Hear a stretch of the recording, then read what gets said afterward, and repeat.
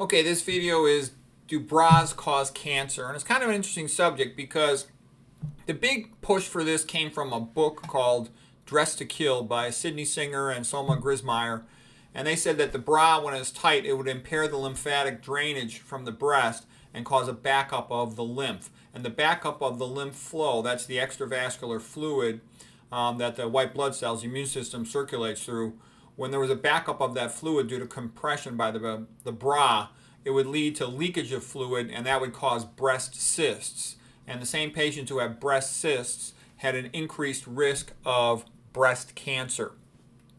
Okay, about a six-fold increased risk of breast cancer. And it's kind of interesting. Everybody knows that deodorants increase the risk of breast cancer. You put deodorants in the armpit, the lymphatics between the armpit and the upper outer quadrant of the breast are shared.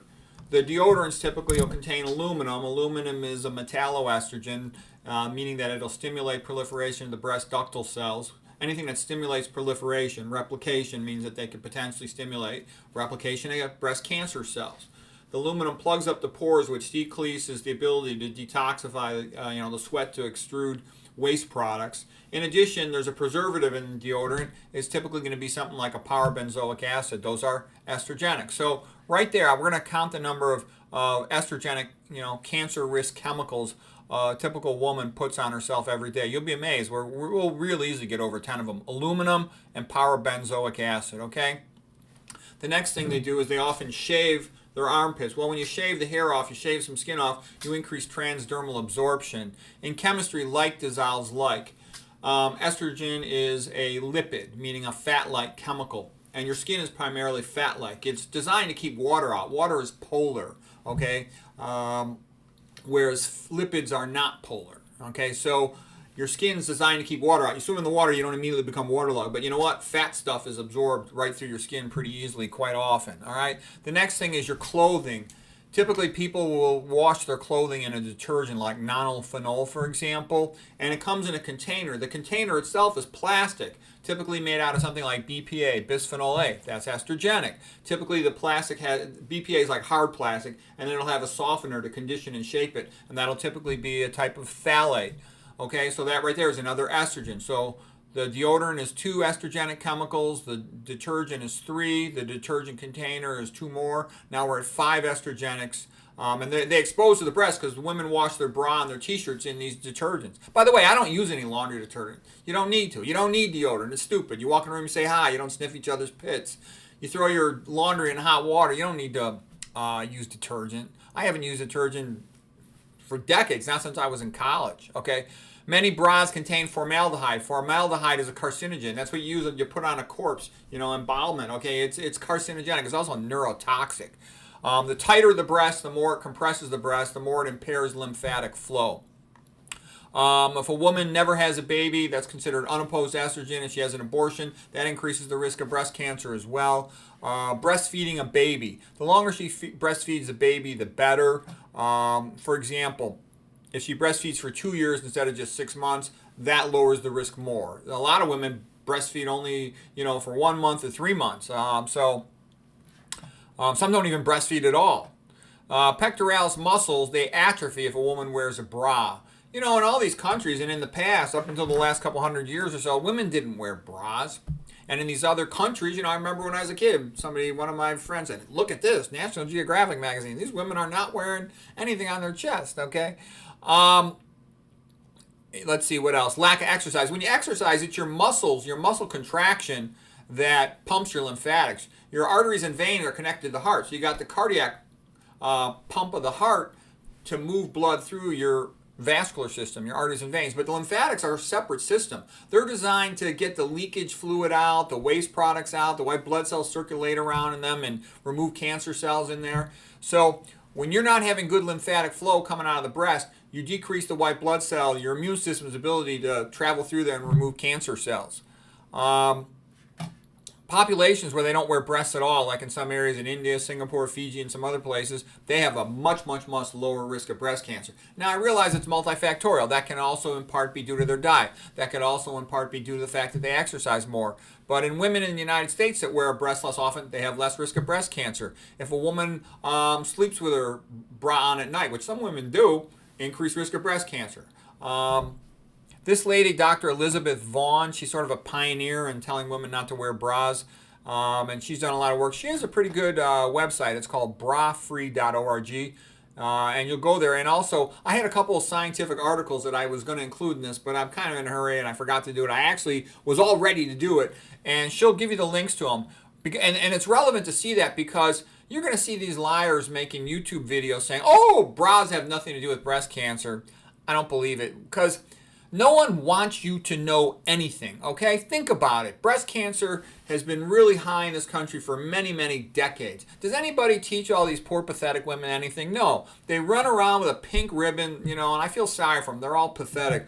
We're raising money for breast cancer. They're just raising money for some chemo company. No one gives a rat's tail about patients, okay? They have no money. You patients have no money. Why should anyone care about you? You have no money. There's nothing you can do. Okay, so that's irrelevant because the drug company has billions of dollars. Okay, if a doctor kisses butt to the drug company, they can give that doctor a free vacation, send him to the national meeting. They can do a lot of nice things for that doctor. A researcher, if he makes that chemo company happy, they can give him tons of money. They can support him his entire career, get him promoted to full professor, get him tenured, everything. He helps a patient. What can a patient do? A patient can say thank you.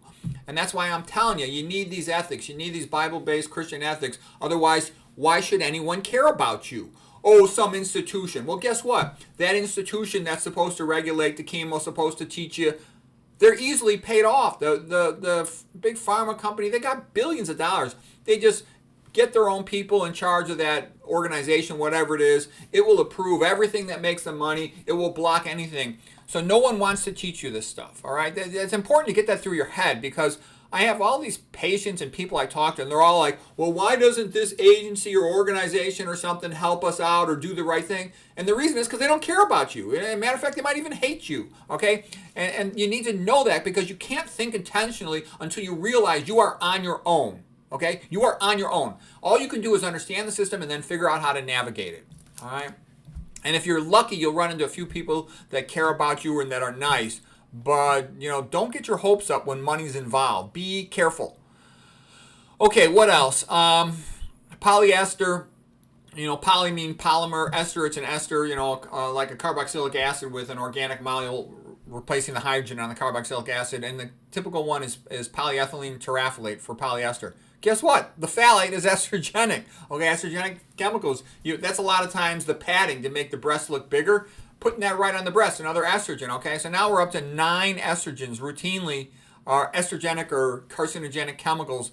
They're being exposed to the breast in a typical American woman. Okay, this was the big famous book, Dressed to Kill by Sidney Singer and Soma Grismeyer, all right? And they did a big study showing that the bras increase the risk of breast cancer.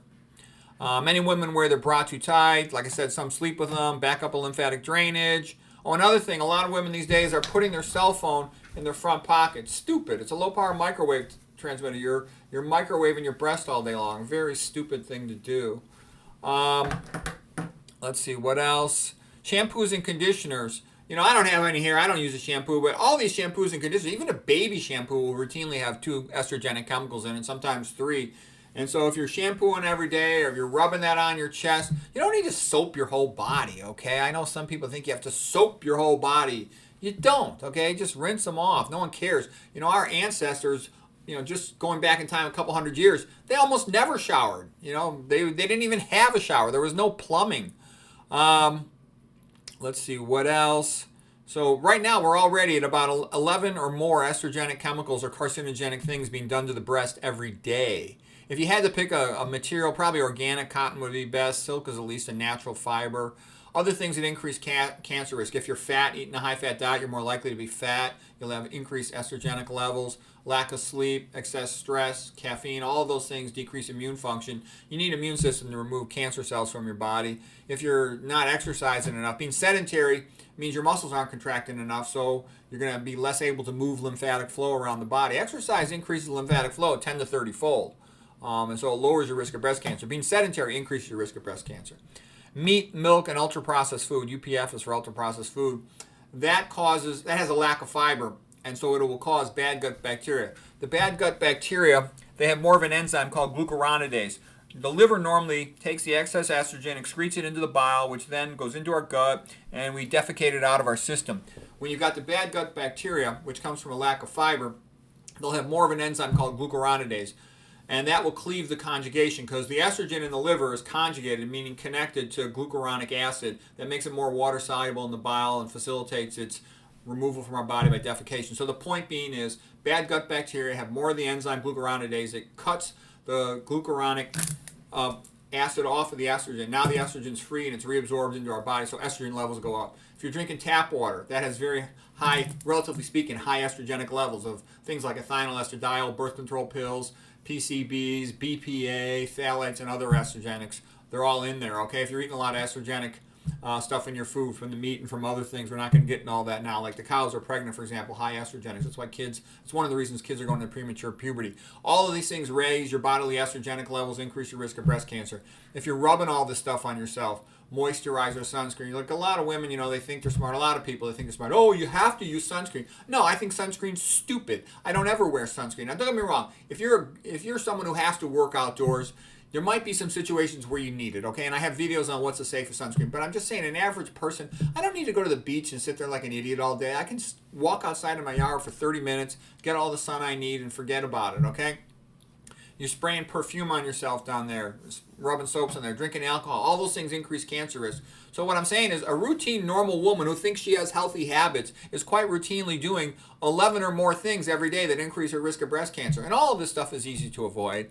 And also, I got to tell you, you're going to see a couple people making YouTube videos. Oh, there's no association between bras and this. BS.